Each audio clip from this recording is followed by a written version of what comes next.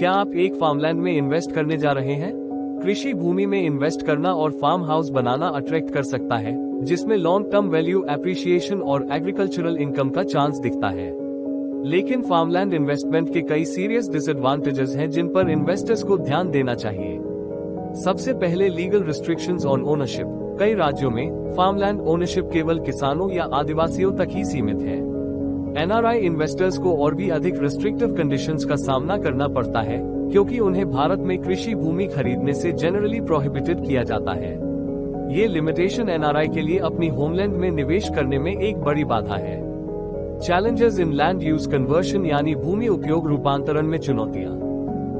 Agricultural land को residential और commercial purposes के लिए ट्रांसफर करना आसान काम नहीं है। कई क्षेत्रों में फर्टाइल लैंड्स को अदर यूजेस के लिए तब तक कन्वर्ट नहीं किया जा सकता जब तक कि उन्हें अनुपयोगी न माना जाए या उन्हें ड्राई लैंड के रूप में क्लासिफाई न किया जाए। इसके अतिरिक्त रेजिडेंशियल प्रॉपर्टीज बनाने के मोटिव से कृषि भूमि पर कोई भी कंस्ट्रक्शन लीगल कॉम्प्लिकेशंस को जन्म दे सकता है। ऐसे स्ट्रक्चर्स को इलीगल घोषित किया जा सकता है, जिसके परिणाम स्वरूप पेनल्टीज, डेमोलिशन ऑर्डर्स और इकोनॉमिकल लॉस हो सकता है। याद रहे, भारत में कई राज्यों में भूमि हदबंदी कानून यानी लैंड सीलिंग लॉ लागू है, जो किसी व्यक्ति या संस्था के एग्रीकल्चरल लैंड पर लिमिट लगाता है। फार्मलैंड में सफलतापूर्वक इन्वेस्ट करने के लिए लोकल लैंड लॉज, रीति रिवाजों और टर्मिनोलॉजीज की अच्छी समझ होना जरूरी है। इसके अलावा लोकल मेजरमेंट यूनिट्स यानी जमीन नापने का तरीका और उसे स्क्वायर फीट या एकड़ में कन्वर्ट करना भी आना चाहिए। ध्यान दें कि देश के अलग अलग भागों में जमीन को विभिन्न तरह से नापा और कन्वर्ट किया जाता है। रेगुलेशंस और गवर्नमेंट पॉलिसीज में changes farmland values and usage rights को अफेक्ट कर सकते हैं। इन्वेस्टर्स को लीगल एंड पॉलिसी चेंजेस पर गहरी नजर रखनी पड़ती है। सामान्य सी बात है कि फार्मलैंड को रेरा से परमिशन नहीं मिलती।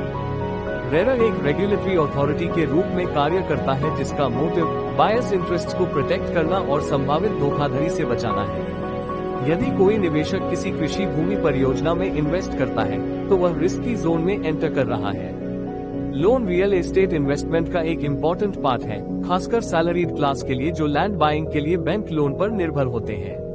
चूंकि फार्मलैंड में रेरा अप्रूवल नहीं है और उस पर टीएनसीपी अप्रूवल भी नहीं है, तो बैंक और लोन देने वाले इंस्टीट्यूट आमतौर पर लोन नहीं देते। फार्मलैंड में इन्वेस्ट करते समय ये जानना भी इम्पोर्टेंट है कि रेनी सीजन में इनएडिक्वेट ड्रेनेज के कारण फार्मलैंड वेटलैंड में बदल सकते हैं।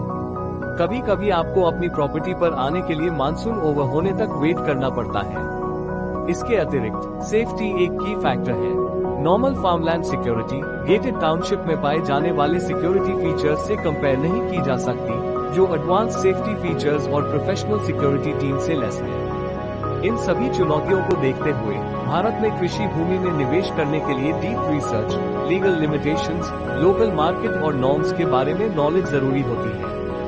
सबसे बेहतर वो प्रोजेक्ट्स होते हैं जो रेरा एंड टीएनसीपी से अप्रूव्ड होते हैं, जिनमें रोड, सिक्योरिटी, वाटर, इलेक्ट्रिसिटी और अदर अम्यूनिटीज का कोई इशू नहीं होता। वसुधा ग्रीन जैसे शानदार लोकेशन वाले प्रोजेक्ट तो अब लार्ज गार्डन्स, क्लब हाउस और स्पोर्ट्स कोर्ट भी प्रोवाइड कर रहे हैं। ये सब सुविधाएं आपके द्वारा थोड़े ज्यादा इन्वेस्टमेंट से हमेशा का सुकून देंगी और आने वाली जनरेशंस को किसी उलझन का सामना नहीं करना पड़ेगा।